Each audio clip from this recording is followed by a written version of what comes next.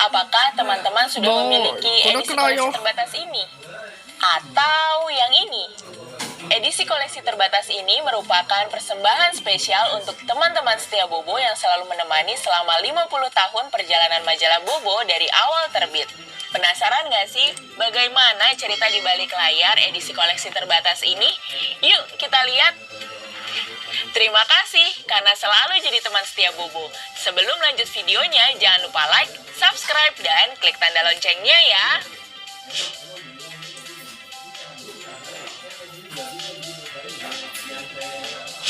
Dalam proses produksi percetakan itu awalnya memang terima dari file ya, dari file penerbit, lalu dari file tersebut masuk ke komputer kami untuk kami periksa dan kami cek secara e-posisi. Jadi nanti diatur halamannya secara digital dan otomatis. Karena itu kan misalnya halamannya ada 96, nah itu akan diatur bagaimana halaman 1 sampai halaman 16, 17 dan seterusnya itu bisa sesuai nanti ketika di proses produksi urutannya tuh pas. Setelah dilakukan pemeriksaan, masuk dalam tahap pembuatan plat. Plat adalah master untuk penggandaan gambar, tulisan, dan lain-lain ke kertas yang ada di mesin cetak. Halaman Bobo tuh membutuhkan sekitar 8 plat. Nah itu kita buat, ya kalau 8 plat kali 1 menit, ya sekitar let's say 8-12 menitan lah keluar.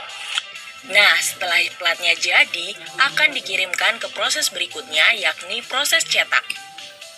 Awalnya saya kaget, Bobo sampai opernya banyak banget gitu ya.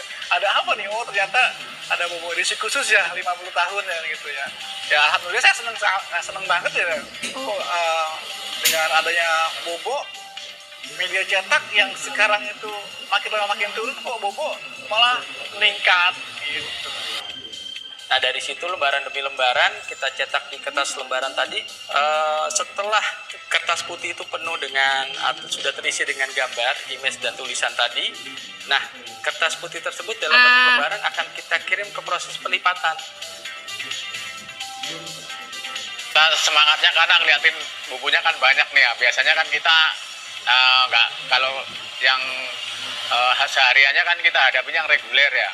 Nah ini kok tiba-tiba kok buku wah kok sampai ratusan ribu begitu kan.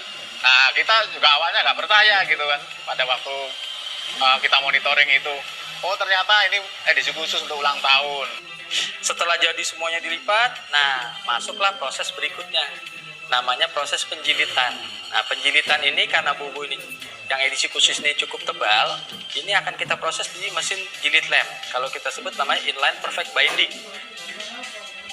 Saya merasa takjub dan juga bangga karena apa ya, buku untuk edisi ini antusias masyarakat tuh cukup besar.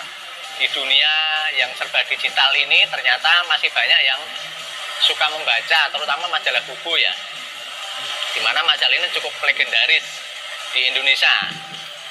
Impact-nya terhadap saya yang bekerja di Gramedia Printing ini cukup senang ya dengan kehadiran oplah buku yang cukup banyak ini.